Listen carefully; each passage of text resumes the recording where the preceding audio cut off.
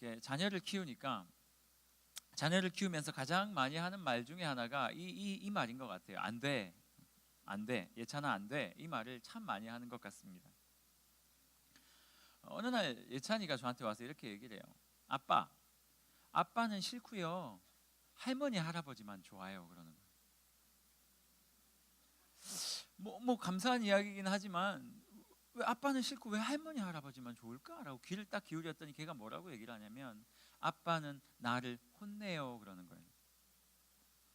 마음이 좀 이상해지는 거예요. 약간 좀 이상해 싸하고 찌릿찌릿하고 막 9V 전기를 이렇게 갖다 대면 찌릿찌릿한 그 느낌이 제 왼쪽 가슴 상단에서 5cm 밑에 여기가 찌릿찌릿한 거예요. 아들 하나밖에 없는데 그놈이 저한테 와가지고 아빠는 싫고 할머니 할아버지만 좋다는 거예요. 아마도 그랬던 것 같아요. 제가 안 돼 라고 하는 그 이야기를 혼내는 이야기로 들었던 것 같아요. 아이에게 뭘 지가 원하는 걸 다 줄 수는 없잖아요. 아빠의 심정으로 그 아이를 위해서 이야기했던 것인데 이 아이는 그거를 자기를 책망하는 이야기로 듣고 아빠 미워요. 아빠는 왜 맨날 나를 뭘 못하게 해요? 그럼 못하게 하죠. 막 10시 11시에 잠 안 자고 있는데 어떻게 그걸 가만 냅둬요? 밥을 안 먹는 애한테 어떻게 괜찮다고 이야기를 합니까? 그거 뻔한데 얼마 전에는요 그 엄마 눈썹 칼 있잖아요. 그걸 들고 씩 웃으면서 저한테 오는 거예요. 뭐 척이에요? 얼마나 놀랬겠어요. 얘가 이렇게 하면서 장난친다고 이렇게라도 해보세요. 애기들은 그런 거 모르니까. 제가 깜짝 놀라서 그런 거 가지고 오면 안 된다고 제가 당장 뺏어가지고 저기 멀리 치워버렸어요. 이런 모든 자신을 위해서 저 딴에는 한다고 했던 모든 행동들이 아빠가 자기를 혼내는 것처럼 여겨졌나 봐요. 특세 때 한 자매가 저에게 이야기를 합니다. 저 이번 특세 때 은혜를 많이 받았어요. 왜 은혜를 예배 시작하기 전부터 은혜를 받았어요. 3시 16분에 차를 타고 저기 우리 요 앞에 돌마고등학교, 이름이 왜 돌마고등학교인지 모르겠지만 돌마고등학교에 차를 대고 이렇게 걸어 올라오는데 송림고등학교 철창 사이로 3시 16분에 성도들이 줄을 서 있는 거예요. 처음 보는 광경이었거든요. 지금도 감격스러운데 울컥해서 눈물 날 뻔했어요. 막 눈물이 여기까지 났는데 막 뒤에서 땡겨 집어넣었어요. 새벽 3시에 울면서 지나가는 남자 얼마나 처량해요. 양복 입고. 왜 울컥했냐면 야, 아직도 이 땅에 하나님의 말씀 사모하고 기도하는 걸 사모해서 새벽 3시 16분에 저렇게 모이는 이상한 사람들이 있구나. 이해가 안 갔어요 처음에. 진짜 정말 마음이 정말 이상했어요. 그러면서 이제 시작한 특세였는데 얼마나 은혜를 많이 받았는지 몰라요. 마지막 날 토요일 날은요 새벽 3시에 제가 도착했거든요. 새벽 3시에 4줄을 서가지고 중학교를 지나가지고 줄을 서 있는 거예요. 목사님들이 뭐라고 얘기하냐면 이 정도면 끝났다 본당은. 새벽 3시 4시 40분에 특세가 시작되는데 1시간 40분 전에 와가지고 집에서 몇 시에 나왔다는 얘기예요. 얼마나 감격스러운지 몰랐어요. 근데 그렇게 은혜 가운데 특세를 이제 다 잘 보낸 한 자매가 이렇게 얘기를 하는 거예요. 자기가 지난 10수년 동안 하나님을 오해하고 있었다는 거예요. 하나님을 오해하고 있었대요. 그런데 이번 특세 때 담임 목사님을 통해서 하나님께서 자기에게 말씀하시는데 그 오해가 다 풀렸다는 거죠. 그러면서 막 울면서 이야기를 하더라고요. 오해가 다 풀렸다고. 그 자매 이야기도 듣고 오늘 설교를 위해서 제가 계속 본문을 묵상하면서 계속 본문을 읽으면서 그 생각이 나는 거예요. 야, 그렇구나.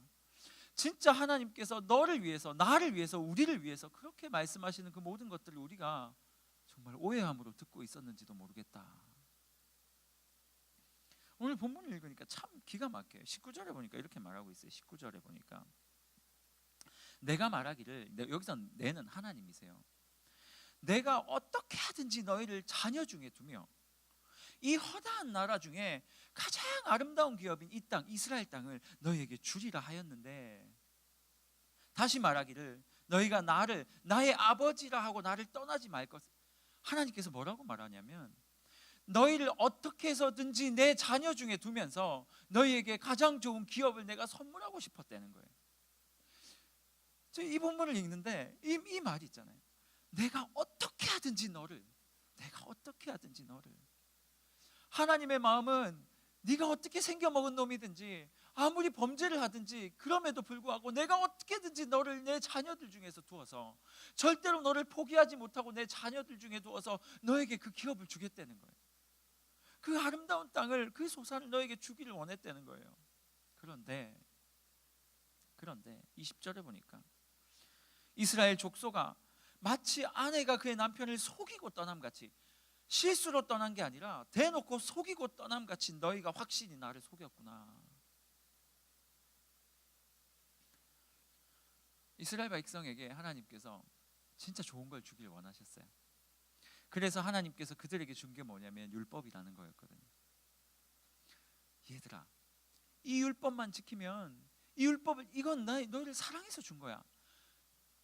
나가 율법처럼 생겼거든. 그래서 나는 살인하지 않고, 그래서 너에게 살인하지 말라 얘기를 했고, 이웃을 돕는 게 나의 성품이니까 너에게 이웃을 도우라 얘기했고, 처음에 가지고 있었던 그 예수 그리스도처럼 닮은, 하나님의 그 형상처럼 닮은 그 민족을 만들어서 내가 너희를 나의 아들 안에, 나의 딸 안에 이렇게 넣어놓기를 원하니까 그것 때문에 율법을 주셨어요.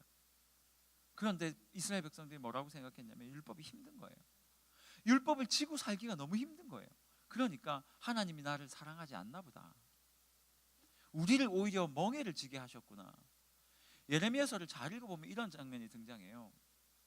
하나님이 이스라엘 백성을 진멸하고 이스라엘 백성에게 벌을 주기 위해서 막 이렇게 마음을 드셨는데 그 마음이 좋지는 않잖아요. 그래서 예레미야에게 이렇게 말해요. 예레미야야, 너희들 중에 단 한 사람, 예루살렘 성읍에 있는 단 한 사람이라도 공의를 구하고 정의를 구하고 나를 사랑하는 사람 한 명만 구하면 내가 너희 용서해 줄 테니까 한 명만 찾아와. 그래서 예레미야가 그 불타는 심정으로 예루살렘 거리를 뛰쳐나갔어요. 그래서 뭘 했냐면 첫 번째 사람들을 찾아간 거예요. 백성들을 찾아가가지고 혹시 이 백성들 중에 한 명만이라도 하나님을 사랑하고 하나님의 말씀대로 사는 자가 있는가 눈을 씻고 찾아봤는데 아무도 없는 거예요. 그래서 예레미야가 뭐라고 얘기를 하냐면, 이 백성들은 하나님의 말씀이 뭔지를 모르는구나. 그러니 이 말씀을 가진 자에게 찾아가면 괜찮겠다. 그래서 누구에게 찾아가냐면 제사장과 지도자들에게 찾아가요. 찾아가서 제사장들과 지도자에게 찾아가서 그들이 하나님을 사랑하는지를 딱 보니까 기가 막힌 거예요. 그들이 예레미야에게 하는 말을 들으니 이런 말이에요. 그 제사장들과 지도자들은 하나님께서 주신 이 복의 통로인 하나님의 말씀을 마치 멍에와 같이 여겨서 귀찮은 거예요. 힘든 거예요. 그래서 그것들을 다 내어버리고, 하나님은 복받으라고 우리에게 말씀을 주셨는데 그 복받으라고 주신 말씀을 다 내어 던져버리고 이방신을 따라갔다. 하나님께서 그 율법을 통해서, 하나님의 말씀을 통해서 우리에게 복을 주시려고 이 말씀을 허락하셨는데 이스라엘 백성들이 오해를 한 거예요. 그 힘든 말씀을 어떻게 지켜요? 아니, 교회에서만 이렇게 하는 것도 힘든데 밖에 나가서도 성도처럼 살라고요. 사기 안 치면 먹고 살 수 없는데 밖에 나가서도 그렇게 하지 말고 정직하게 살라고요. 도무지 말씀대로 살기가 너무 어려운 거예요. 너무 어려운 거예요. 한두 번 살아봐요. 그래도 내가 한두 번은 살아보겠다. 한두 번 살아봤는데 좋은 게 올 줄 알았는데 한두 번 살아보니까 더 힘드네.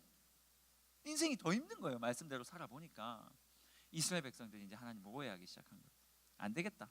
하나님이 말씀한 대로 살아보니 오히려 더 힘들어지니까 하나님을 속이고 난 이방신을 따라가련다 하고 그들이 하나같이 다 이방신에게 다 하나님께 등을 돌리고 간 거예요. 이스라엘 상황이 어떻게 되었을까요? 그때부터 이스라엘에 문제가 생기기 시작했어요. 21절, 소리가 헐벗은 산 위에서 들린다. 여기서 말하는 소리라는 말은요, 아우성을 이야기하는 거예요. 21절 끝부분에 보면 이렇게 말하고 있어요. 이스라엘 자손이 애곡하며 간구하는 소리다. 애곡하며 간구하는 것이다. 이 소리가 들리는데, 하나님이 듣기에 이스라엘 백성들이 막 울부짖는 소리가 들리는데 그 소리를 따라가 봤더니 그들이 어디에 서 있냐면 헐벗은 산 위에 서 있다라고 성경이 말하고 있어요. 헐벗은 산이라는 건 무슨 뜻이냐면 우상 숭배하던 산이에요. 우상 숭배하던 산. 옛날에 이방인들은 이 헐벗은 산, 민둥산 막 이런 곳에 올라가 가지고 우상 숭배를 하면서 막 이렇게 지냈단 말이에요. 헐벗은 산 위에 우상 숭배하는 그 자리에 서서 하나님께 울부짖으며 소리 지르면서 뭐라고 말하냐면 우리가 너무 힘듭니다라고 외치고 있는 거예요. 이 이야기의 흐름이 들어오세요. 하나님은 말씀을 지키면 내가 너에게 복을 주게라고 말했는데 이스라엘 백성들은 그 말씀 지키기가 힘든 것 같아서 하나님을 오해하고 그들 나름대로 떠나서 하나님 없이 무엇인가를 얻으려고 우상에게 간 거예요. 우상에게 가가지고 열심히 했는데 오히려 더 힘든 일들이 벌어지는 거예요. 우리로 따지자면 뭐냐면요, 말씀대로 사는 게 너무 힘드니까, 그래, 교회에서 이야기하는 거 참 듣기는 좋은데 살기가 너무 어렵구나, 그러니까 나 이거 못하겠고 교회에 나와서 예배는 드리고 평일날 여러분의 직장에 가서는 뭐를 선택하냐면 세상을 선택하는 거예요. 세상에서 좋다고 하는 거, 세상에서 이렇게 하면 성공할 수 있다고 하는 거, 세상에서 요구하는 것들을 마음대로 받아들이는 거예요. 근데 문제가 생겼어요. 세상의 가치를 가지고 살면 행복해질 줄 알았는데 세상의 가치를 가지고 살면 살수록 우리가 더 힘들어지는 거예요. 내가 주일날 교회 안 나오고 어렸을 때부터 교회 안 나오고 공부 열심히 하면 서울대 갈 줄 알았대요. 물론 여러분 얘기는 아니죠. 그렇게 해서 열심히 공부해서 서울대 갔다고 칩시다. 서울대를 갔는데 그 다음 길이 보이질 않는 거예요. 왜? 서울대 가니까 나보다 똑똑한 놈들이 너무 많은 거예요. 그리고 나보다 더 더럽게 살아가는 놈들이 너무 많은 거예요. 걔네들하고 세상의 방법으로 싸워서 이길 수가 없는 거예요. 그래서 하나님을 떠나서 세상에 올라가서 그 민둥산 위에서, 헐벗은 산 위에서 세상의 방법대로 모든 것들을 취하며 살려고 노력을 하고 했는데 그 결과가 뭐냐면 더 힘들어지는 거예요. 세상과 같은 가치를 가지고 살아가면 세상처럼 무엇을 얻을 줄 알았는데 더 힘들어지는 거예요. 이스라엘 백성들이 딱 그랬거든요. 우상 숭배하면 그들이 우리를 안전하게 구원해 줄 줄 알았단 말이에요. 그런데 그 우상 숭배 때문에 오히려 그들은 바벨론의 포로로 잡혀가야 될 상황에 처해져 버린 거예요. 제가 청년들을 섬기면서, 성도들을 섬기면서 계속 듣는 이야기가 뭔지 아세요? 목사님 힘들어요. 참 희한하죠? 좋을 땐 안 찾아와요. 힘들면 찾아와요. 뭐 제가 그것 때문에 있는 사람이니까 이해해요. 그런데 와서 하나같이 하는 얘기가 목사님 힘들어요. 그런데 때때로 보면 너무 답답할 때가 많아요. 어떤 분들은 말씀대로 살려고 애쓰다가 힘들어서 오는 사람들도 있는데요, 많은 경우는요 상관없이 그냥 세상처럼 살았는데 그게 안 되는 거예요. 열심히 공부했는데 그 대가가 나를 행복하게 못 해주는 거예요. 이 세상에는 미모가 경쟁력이잖아요, 그렇죠? 그 미모가 경쟁력. 그래서 제가 참 경쟁력 있는 남자인데 미모가 경쟁력인 줄 알고 그것을 위해서 열심히 투자해서 어느 정도의 미모를 만들어 놨는데 세상에 이쁜 사람들이 더 많아요. 이쁜 사람들이 더 많아요. 세상의 방법대로 싸우면 행복할 줄 알았는데 그게 아니더라는 거예요. 진짜 슬픈 건 뭐냐면 세상에 서서 세상의 방법으로 살다가 아프다고 소리치는 사람들이에요. 차라리 말씀 때문에 힘들다고 소리치면 하나님께 위로라도 받는데 하나님께서 가만 들어보니 세상의 방법대로 나아가서 세상의 가치관으로 살면서 세상 때문에 아픈 인생들, 우리 이야기 아닙니까? 그 우리 이야기 아닙니까? 오히려 그 좋다고 했던 세상에 나아가니 그 세상이 오히려 나를 더 아프게 하는 거예요. 돈이 너무 좋아서 청춘 다 바쳐서 돈을 벌었는데요, 그 돈 때문에 내가 더 아픈 상황이 벌어지는 거예요. 예전에 뭐 로또 이야기를 좀 들었는데 어떤 사람이 그런 이야기 하더라고요. 뭐 로또를 걸리면 뭐 해야 되는 수칙 중에 하나를 뭐 이렇게 얘기해요. 로또에 걸리면 뭐라 그러더라, 아침 일찍 은행을 찾아가면 안 된대요. 오후 1-2시쯤에 가방에다가 옷을 싸가지고 들고 들어가서 은행에서 로또에 그거를 바꾸고 화장실 가서 다시 옷을 갈아입고 자기가 입고 왔던 옷은 버리고, 그러니까 자기가 로또 당첨 안 된 사람처럼 뭐 행동을 해야 된다, 뭐 이런 얘기를 쭉 써놨는데 재밌죠? 재미없죠? 마지막에 뭐라고 적혀있는 줄 아세요? 휴대폰 번호 바꾸고 친척들 전화 받지 말고 도망가서 어디서 살아야 된대. 왜요? 그 돈 때문에 자기가 힘든 걸 아는 거예요.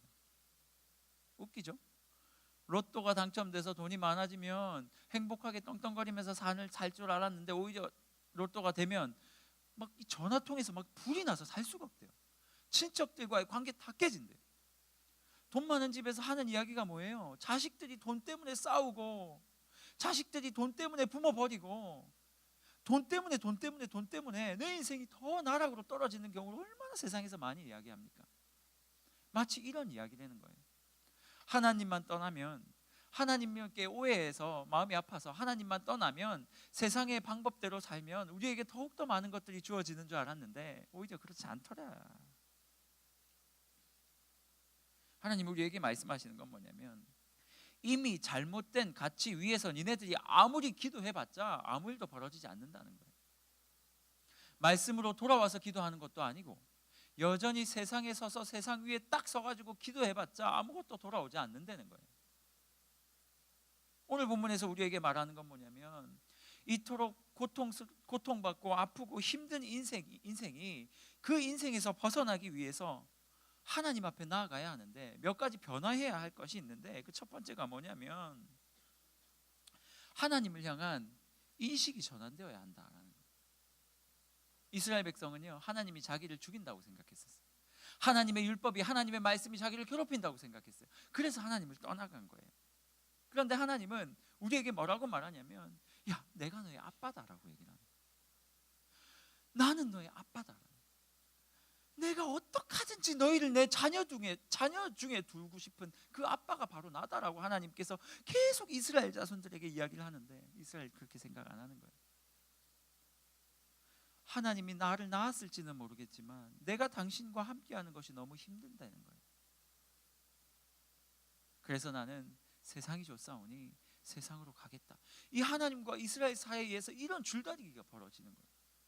왜 이스라엘이 하나님을 떠났다고요? 하나님이 나의 아빠임을 몰랐기 때문에.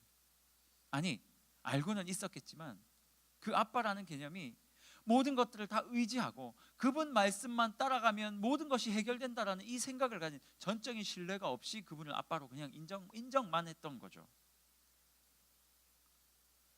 결국 하나님과 이스라엘의 싸움은 뭐였냐면, 하나님은 어떻게 해서든지 이스라엘 백성들을 자신의 자녀로 두고 싶어하고, 이스라엘 백성들은 어떻게 하든지 하나님 상관없고 행복만을 추구했고, 그 갈등과 그 간극 사이에서 문제가 벌어졌다.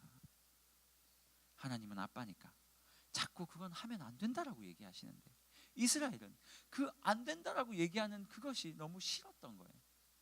마치 우리 예찬이에게 제가 이렇게 얘기하는 것과 똑같아요. 예찬아, 그 엄마 그 눈썹 칼 들고 다니면 안 돼.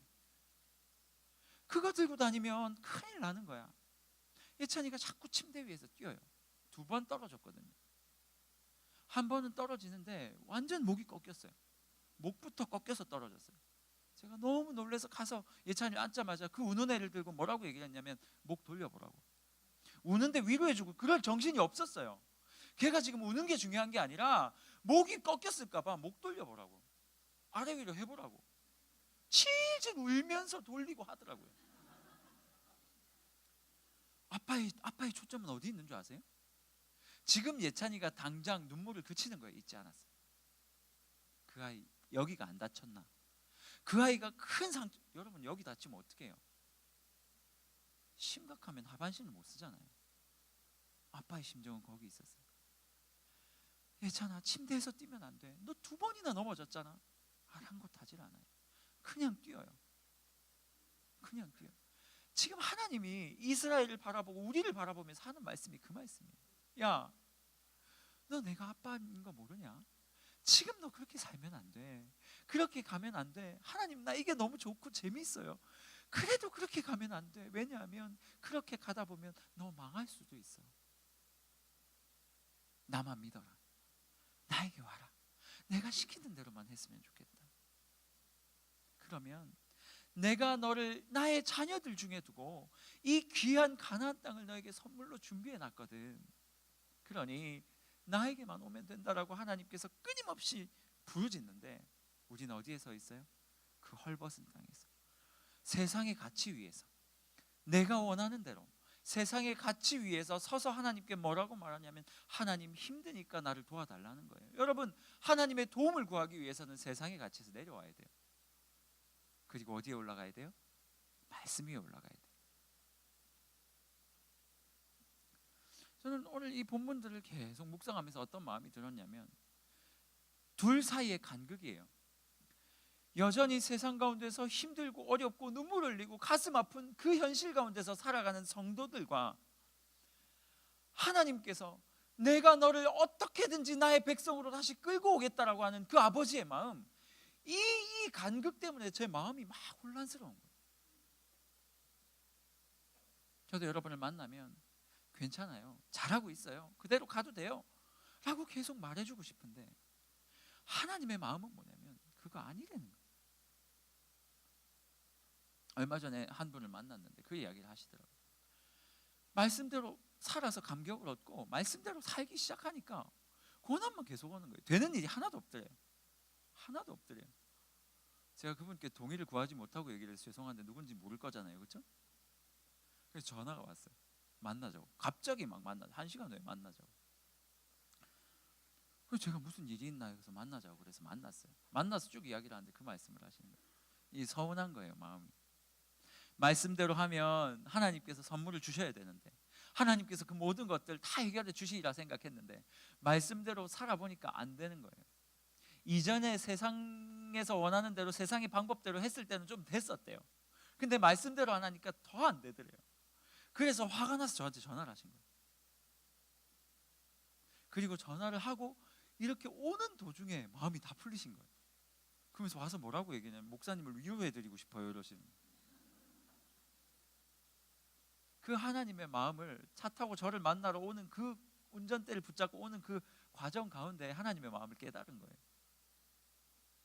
그러면서 그분과 얘기 저 얘기하면서 뭐 한 1시간 반 정도를 이야기를 했던 것 같아요. 여러분, 저는 여러분들을 진짜 위로하고 싶고 여러분들이 다 행복했으면 좋겠어요. 그런데 여러분들이 그 헐벗은 산 위에 올라가 있으면 말씀을 던져버리고 세상의 가치 위에 서 있으면 행복할 수가 없어요. 목사가 아니라 목사 할애비가 있어도 안 되고요, 하나님조차도 그건 할 수가 없어요. 세상에 서서 하나님 나 행복하게 해주세요 라고 하면 하나님도 바꿀 방법이 없어요. 저는 그 특세 기간 동안 저에게 말했던 그 자매 15년 동안 하나님을 오해해서 하나님 앞에 나가기가 너무 싫었대요. 그런데 이번 특세 하나님의 말씀을 듣고 나서 하나님에 대한 이 생각이 바뀌어버리니까 눈 녹듯이 자기 안에 있었던 하나님의 오해가 풀리고 하나님이 나를 얼마나 사랑했는지가 회복이 되어지고 와서 펑펑 울면서 얘기를 하는 거예요. 울면서 이야기를 하는 거예요. 여러분, 이번 특세의 그 은혜가 또 오늘 이 말씀의 은혜가 여러분 안에 있는 하나님의 오해를 좀 회복시키시길 바라고 회복시키는 계기가 되었길 바라고 무엇보다도 하나님의 마음을 여러분들이 좀 깨달아 알았으면 좋겠어요. 내가 어찌하여든지 간에 어떻게 하든지 내가 어떻게 하든지 너를 나의 자녀 가운데 두고 싶어서 그렇게 여러분들을 바라보며 잔소리하시는 그 하나님의 음성이 제발 잔소리가 아니라 하나님의 사랑으로 좀 느껴졌으면 좋겠어요. 예찬아 그렇게 하면 안 돼라는 이 소리가 아빠는 맨날 내가 하고 싶은 거 못하게 해가 아니라 그래 아빠 말을 들어야 내가 다치지 않을 수 있구나, 아빠 말을 들어야 내가 좀 더 큰 행복 하나님이 원하시는 그 행복을 누릴 수 있구나 라는 그런 말로 좀 들을 수 있는 우리 예찬이가 되고 또 여러분들이 되었으면 좋겠다는 생각들을 했습니다. 22절에 다시 하나님은 이렇게 말하고 있어요. 배역한 자식들아 돌아오라. 내가 너희의 배역함을 어떻게 한다고요? 고치리라. 안 맞는 단어잖아요. 배역한 자들에게 돌아오라 그러고 배역한 자들에게 고치겠다는 이 말은 안 맞는 이야기예요. 하지만 그게 주님의 마음이에요. 여러분에게 2가지 당부를 드리고 싶습니다. 첫 번째, 하나님은 여러분을 사랑하십니다. 하나님은 여러분의 아버지가 되기를 원하십니다. 하나님은 여러분의 아버지가 되기를 원하십니다. 그 아버지는 여러분들을 위해 자기 자녀까지도 십자가 위에서 던질 만큼 여러분을 사랑하는 분이십니다. 혹시 하나님을 향한 오해가 있다면, 내 풀리지 않는 인생 때문에 하나님을 향한 오해가 있다면 그 오해 푸시길 바랍니다. 그것은 하나님의 뜻이 아닙니다. 여러분이 그 헐벗은 산으로부터 내려와서 하나님께 나아간다면 하나님께서 여러분을 회복시키실 것입니다. 하나님은 다시 여러분을 치료시키실 것입니다. 배역했지만, 우리가 배역한 자녀이지만, 두 번째로 하나님이 여러분을 치유한다라고 우리에게 선포하셨사오니 반드시 그 약속을 지키실 것입니다. 그러니 하나님이 우리의 아버지라는 것과 그 아버지께 나아간 자만 치유함을 받을 수 있다라는 이 두 가지 사실을 여러분의 가슴에 좀 품으셨으면 좋겠어요. 그 은혜가 여러분의 삶 가운데 임한다면 여러분의 삶 가운데 여러분의 마음이 참 평안을 얻을 수 있게 될 것입니다.